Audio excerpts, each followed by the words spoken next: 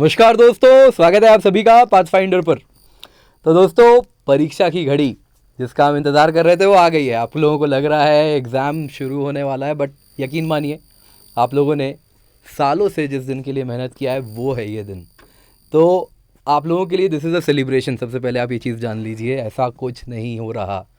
This is an exam जिसके लिए आप लोगों ने मेहनत किया है। आज का दिन मैं जानता हूँ, अगर आप लोगों ने प्रिपेयर किया है, मेहनत किया है, तो आप लोगों को शायद रात को नींद ना आए। बहुत नेचुरल है, हर विद्यार्थी के साथ होता ही है। अगर आप सीरियस एस्पिरेंट हैं तो आप सभी को, हालांकि मुझे याद आता है, मुझे भी कभी भी प्रीलिम्स के एक दिन पहले, जितने मीन्स दिए उसमें भी एक दिन पहले मीन्स के दिन के पहले नींद नहीं आती थी। बहुत नॉर्मल है। लेकिन यकीन मानिए, आप लोगों का जब एग्ज़ाम का टाइम होता है तो एड्रेनलिन इतना पम्प्ड इन होता है कि everything is taken care of, सब कुछ मैनेज हो जाता है। बट फिर भी कुछ एसेंशियल चीज़ें हैं जिसको आपको ध्यान रखनी है। आज इंश्योर कीजिए कुछ नया नहीं पढ़ना, जहाँ तक हो सके एवॉइड करें कोई भी मॉक टेस्ट देना। बेकार में क्या ज़रूरत है, या तो आपको फेक सेंस ऑफ कुछ इन्फॉर्म करेगा कि बहुत तैयार हूँ मैं, बहुत ज़्यादा अच्छे से प्रिपेयर करके रखा हूँ, या फिर बेकार में आप डिमोरलाइज हो सकते हैं। तो दोनों ही चीज़ें आपके लिए इस वक्त सही नहीं है। तो मॉक टेस्ट भी अवॉइड कीजिए, अपने आप को थोड़ा जितना हो सके उतना काम रखने का प्रयास कीजिए। म्यूज़िक सुनते हैं, म्यूज़िक सुनिए। कहीं खेलने जा रहे हैं तो खेलने जाइए, कुछ इन्जॉय कीजिए। मेक श्योर आज 4 बजे के बाद, 5 बजे के बाद आपको एक्स्ट्रा कुछ भी नहीं करना। लेकिन फिर भी एक चीज़ ध्यान रखिए, एक बार एडमिट कार्ड डाउनलोड कीजिए, उसको पढ़िए और उसमें क्या क्या चीज़ें चाहिए वो सब देखना है। और आज खाना वगैरह भी लाइट खाइए सो दैट आप सो सकें। बाकी एडमिट कार्ड के बारे में आई थिंक जो डिटेल में कुछ इंपॉर्टेंट चीज़ें हैं जो आपको ध्यान रखनी है वो आपको अब महिपाल सर बताएंगे। So over to you Mahipal sir. Thank you sir. दोस्तों, यूपीएससी का एग्ज़ाम अब शायद 24 घंटे या उससे भी कम दूरी पर है। आप जब ये वीडियो देख रहे हैं, छोटा सा वीडियो है, इसको देख लो। इंपॉर्टेंट टिप्स एंड ट्रिक्स इसलिए बताई जा रही है ताकि कुछ गलती ना हो, कोई मेजर ब्लंडर ना हो। तो जैसा किंजल सर ने आपको बताया कि एक दिन पहले आपको क्या करना है, उसके बाद कुछ पॉइंट्स मैं आपको बता देता हूं regarding your centre and your admit card. पहली बात, एडमिट कार्ड का अच्छी क्वालिटी में प्रिंट आउट लेना। ऐसा नहीं है कि आपकी फोटो नजर ना आए उसमें, that could be a problem. Second, आपके पास वो आईडी कार्ड होना चाहिए जो आपने फॉर्म भरते समय उसमें लिखा था, क्योंकि आप ध्यान से देखिए अपने एडमिट कार्ड पर आईडी नंबर लिखा हुआ है। तो जो आईडी आपने फॉर्म भरते समय लिखा था वही कैरी कीजिए, ओरिजिनल कैरी कीजिए। फोटो कॉपी या जेरोक्स कॉपी मत कैरी करना। Have the original ID, photo ID ज़रूरी होता है। The centre has the power to stop you. जो भी सेंटर में बाहर सिक्योरिटी में लोग होते हैं वो आपको रोक सकते हैं अगर आप कोई दूसरा आईडी लेकर जाते हैं। फिर आपको कोई सुनवाई नहीं होने वाली है, आप एग्जाम नहीं दे पाएंगे, आपका 1 साल वेस्ट हो जाएगा। इसलिए ये गलती मत करना, बहुत छोटी सी गलती है। एक रूल पहले हुआ करता था कि अगर आपकी फ़ोटो मैच नहीं करती आईडी से तो जस्ट कैरी 2 एक्स्ट्रा फोटोग्राफ्स। हालांकि वो रूल अभी नहीं है, लेकिन अगर आपकी फ़ोटो में बहुत ज़्यादा चेंज है कि आपके आईडी में आप दिखते थे बिल्कुल अलग, पहले दिखते थे एकदम अलग ही तरह के और अब अलग दिखते हैं, तो कैरी और 2 recent passport size photographs just for verification. तीसरा, सेंटर अपना जाकर देख लो, आज ही देख लो। If you are in the city जहाँ पर आपका एग्जाम होने वाला है तो उसी शहर में जाकर सेंटर को एक बार देख कर आइए, रास्ता देख लीजिए। हो सकता है सुबह सुबह ट्रैफिक मिल जाए, तो just get a brief idea कि वो कितना दूर है। सेंटर का नाम अच्छे से पढ़िए, खास करके सरकारी स्कूलों का। अगर आप दिल्ली जैसे महानगर में अपना सेंटर एग्ज़ाम देने जा रहे हैं, दिल्ली में क्या होता है या मुंबई में भी ऐसा हो सकता है, there are multiple schools of the same name. जैसे एक ही इलाके में एक सेकेंडरी स्कूल हो सकता है और एक सीनियर सेकेंडरी स्कूल हो सकता है। तो इस तरह के कन्फ्यूजन आपके साथ ना हो, लास्ट मोमेंट पे आपको उस एरिया में भाग दौड़ करनी पड़ेगी, तो ये ज़रूर वेरीफाई कर लेना। छोटे छोटे डिफरेंस होते हैं। फॉर एग्जांपल, मयूर विहार 1 में स्कूल है या मयूर विहार 2 का गवर्नमेंट स्कूल है, ये आपको पता नहीं चलेगा अगर आप एक दिन पहले देखकर नहीं आते। वेरीफाई द नेम बड़ा बड़ा लिखा रहता है हर स्कूल के बाहर। मोस्टली गवर्नमेंट स्कूल्स ही सेंटर होते हैं। केंद्रीय विद्यालय में नंबर 1, 2, 3 इस तरह के वेरिएशंस आ जाते हैं। इनको ध्यान में रखना, एक दिन पहले सेंटर देखकर आ जाओ। नेक्स्ट डे जब आप जा रहे हैं, एटलीस्ट 1 घंटे पहले पहुंचिए। 9:30 एग्जाम का टाइम है, आप 8:30 पहुंच जाइए। 8:30 से पहले पहुंचो, कोशिश करो कि 8 बजे पहुंच जाओ। 8:30 बजे तक आप गेट के बाहर होने चाहिए with all your preparation everything. Enter होते समय आपकी सिक्योरिटी फ्रिस्किंग होगी, चेकिंग होगी, उसमें किसी को लड़ाई नहीं करनी है। जो रूल्स हैं उनको फॉलो कीजिए। आपको कहा गया है कि कोई ज्वेलरी पहनकर, वैल्यूएबल्स पहनकर मत आइए, तो मत जाइए, ठीक है। ये स्पेशली गर्ल्स के लिए मैं संदेश दे रहा हूँ। कोई अगर आपने महंगा ज्वेलरी पहन रखा है या लड़कों ने भी कोई महंगी अंगूठियाँ पहन रखी है तो हो सकता है कि वो उसे हटवाएं, फिर वहाँ सिक्योरिटी की कोई गारंटी नहीं होती है। So don't bring expensive things with you. जहाँ तक मोबाइल्स और बैग्स की बात है, जो पहली बार देने जा रहे हैं उनकी जानकारी के लिए बता दूँ कि हर सेंटर पर मोबाइल और बैग रखने की व्यवस्था नहीं मिलेगी। खास करके जो थोड़े टीयर 2 सिटीज़ के अंदर सेंटर्स हैं या फिर कोई बहुत ही छोटा शहर है, वहाँ पर छोटा सेंटर है, वहाँ पर हो सकता है कि व्यवस्था ना हो। ज़्यादातर बड़े शहरों में, बड़े सेंटरों में व्यवस्था होती है मोबाइल रखने की, बैग्स के लिए नहीं होती है। बैग आपको ऐसे ही साइड में रखना होता है। So don't carry anything valuable. पैसे वैसे ज़्यादा लेकर अपने साथ मत जाना। 100-200 रुपये रखने हो तो जेब में रख लेना, जो आपको आने जाने के ट्रांसपोर्ट में काम आए बस। और वो पूरा वॉलेट लेकर मत चलना अपने साथ इतना बड़ा, जिसमें अंदर फोटो भी है जाने मन की, और वो सब काम नहीं करने हैं, ठीक है। तो ये बहुत ही इंपॉर्टेंट फैक्ट है। खास करके प्रॉब्लम आती है जब वॉलेट चोरी हो जाते हैं, फिर आप रोओगे शाम को कि पैसे चले गए, सिलेक्शन भी नहीं हो रहा, दोनों काम में गड़बड़ हो गई। अब इंपॉर्टेंट फैक्ट, सेंटर में एंटर हो गए हो, फ्रिस्किंग हो गई है, उसके बाद आप जब वहाँ बैठेंगे और पेपर लिखना चालू करेंगे, उस समय आपको किन बातों का ध्यान रखना है वो आपको अनिरुद्ध सर बताएंगे। Right, thank you so much sir. So once you have entered the hall guys, तो कुछ कुछ चीज़ों का ध्यान रखना बड़ा ज़रूरी है, स्पेशली वो लोग जो पहली बार इस तरह के एग्ज़ाम्स को देने जा रहे हैं।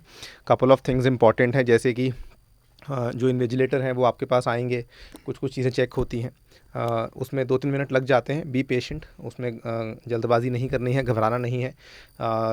Don't pick a fight with the invigilator. कोई छोटी मोटी चीज़ ऊपर नीचे हो रही है, प्यार से सुलझाओगे तो सुलझ जाएगी, अदरवाइज़ वहाँ पर डिस्क्रेशन सेंटर वालों का रहता है, तो आप किसी को कुछ बोल नहीं पाओगे कि ये मैं बुला लूँगा या ऑल दैट, या किसी को बोल दूँगा तो वो ठीक करवा देगा। That is not going to happen. तो प्लीज़ बी केयरफुल कि ध्यान से, प्यार से बात करनी है।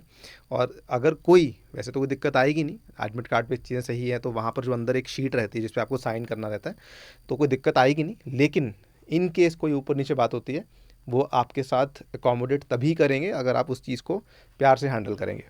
सेकेंडली, होता क्या है कि जैसे अभी आपको बताया कि बहुत सारे जो स्कूल्स होते हैं ना, वो गवर्नमेंट स्कूल्स होते हैं। बहुत बार क्या होता है कि जो डेस्क्स होते हैं वो ज़्यादा अच्छी क्वालिटी के नहीं होते हैं, एंड मल्टीपल सेंटर्स में आपको कार्डबोर्ड की, जो नीचे वाला कार्डबोर्ड है वो अलाउ नहीं किया जाता है अंदर लेके जाने के लिए।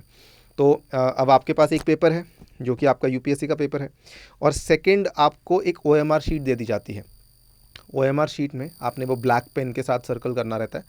जब आप उसको ब्लैक पेन के साथ सर्कल करते हैं, अगर डेस्क में कोई होल वगैरह है ना, तो वो ओएमआर शीट फट जाती है। जल्दबाजी मत करना, वो रिप्लेस नहीं होगी। ओएमआर शीट को रिप्लेस करना वो अलाउ ही नहीं करते हैं। एक क्लास में उतनी ओएमआर शीट्स आती हैं, उसका सीक्वेंस ऑलरेडी आपका जो रोल नंबर वाला वो रहेगा, शीट रहेगा जो पूरे क्लास में सर्कुलेट होगा, उसमें ओएमआर शीट का नंबर भी फिक्स हो जाता है। So don't do that mistake again. OMR sheet नहीं होगी। ये मतलब मेरे एक बहुत ही करीबी दोस्त के साथ हो चुका है। ओएमआर शीट में 1-2 जगह पे छेद हो गए थे, बिकॉज वो डेस्क अच्छी क्वालिटी का नहीं था, तो जल्दी जल्दी में भरने में हो गया था। तो वो भी ध्यान से रखना, अपनी ओएमआर शीट को अपने पेपर के ऊपर ही रख के में भी या तो भर लो। उसके बाद नेक्स्ट चीज़ क्या है कि आप अभी तक जो करते आ रहे हैं वही करना है। कि जैसे आपने मॉक टेस्ट दिए होंगे, उसमें आप लोग ओएमआर शीट साथ में भरते हैं या बाद में भरते हैं पेपर करने के बाद, तो वही स्ट्रैटेजी फॉलो करनी है। ऐसा नहीं करना कि वहाँ पे कुछ अलग कर रहे हैं, जो अभी तक करते आ रहे वैसे ही करना। Treat it like a mock test, और अगर आपके मॉक टेस्ट में बढ़िया नंबर आए हैं तो यहाँ पर भी बढ़िया नंबर ही आएंगे, आप इजीली इसको सेल थ्रू कर जाएंगे। यही कुछ इंपॉर्टेंट बातों का ध्यान रखना है। एंड बाकी अगर आपके दिमाग में ऐसा कुछ चल रहा है कि मैं कुछ हेरा फेरी कर लूँगा या कुछ चीटिंग वीटिंग कर लूँगा, डोंट ट्राई इट। पेपर तो एक तरफ साइड में है, लेकिन ये बहुत ही हाई लेवल का गवर्नमेंट एग्ज़ाम होता है, में ब्लैक लिस्टिंग वगैरह हो जाती है, कहीं और भी नहीं बैठ पाओगे। तो don't do all that mischievous stuff, ठीक है। बिल्कुल भी सजेस्ट हम नहीं किसी को, मतलब सजेस्ट तो क्या ही करते हैं, हम सजेस्ट करते हैं कि इस चीज़ से दूर रहो, ठीक है ना, बिकॉज ये चीज़ें आपका करियर जनरली ख़राब कर सकती हैं।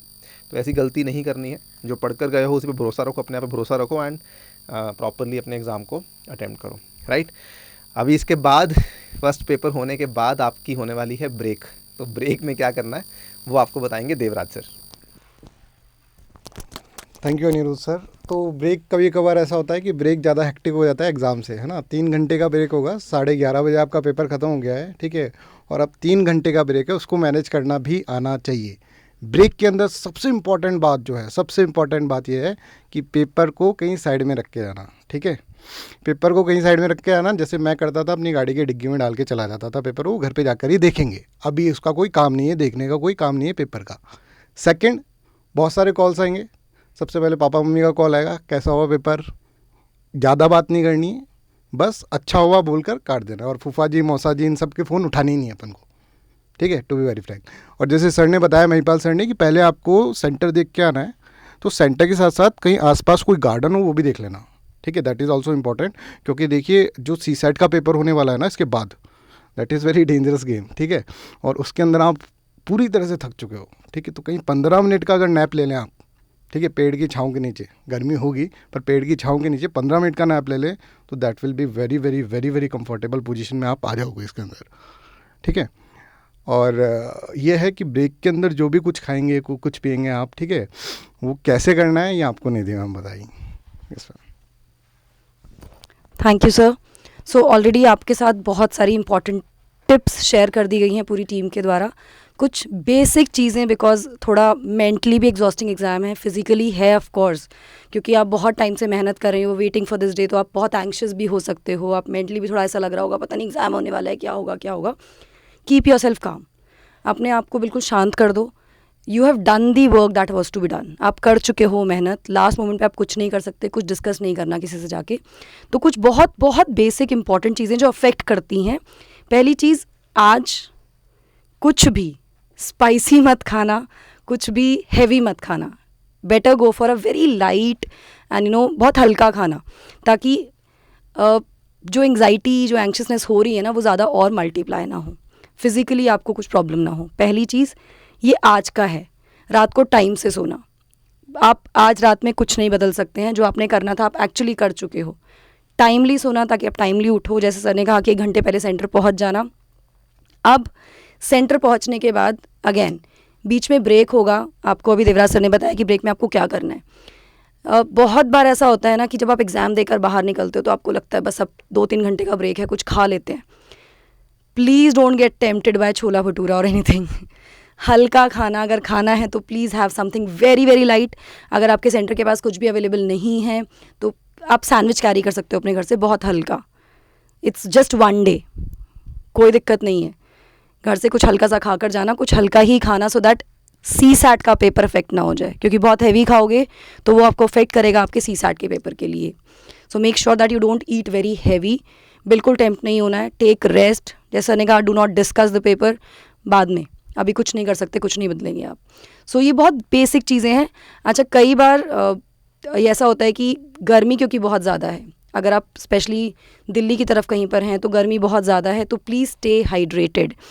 अगर आप बॉटल कैरी करना चाहते हैं, वाटर बॉटल अपने साथ, तो make sure it is a transparent water bottle. Now again that depends on the centre also whether they allow you और नॉट। तो ज़्यादा महंगी मत लेना, बिस्लरी की सिंपल बॉटल ले जा सकते हो अगर अलाउ करेंगे तो, लेकिन transparent, make sure it's a transparent bottle. पानी पीते रहना, वेरी वेरी इंपॉर्टेंट। तो I think these are few tips and tricks जो लास्ट मोमेंट पे हम आप लोग को शेयर करना चाहते थे। कोई बर्डन नहीं है, बस थोड़ा सा ध्यान रखिए। Remember, have faith in your preparation. You've been working really hard for this. This is the time which will pay off. So, Mahipal sir, few last words.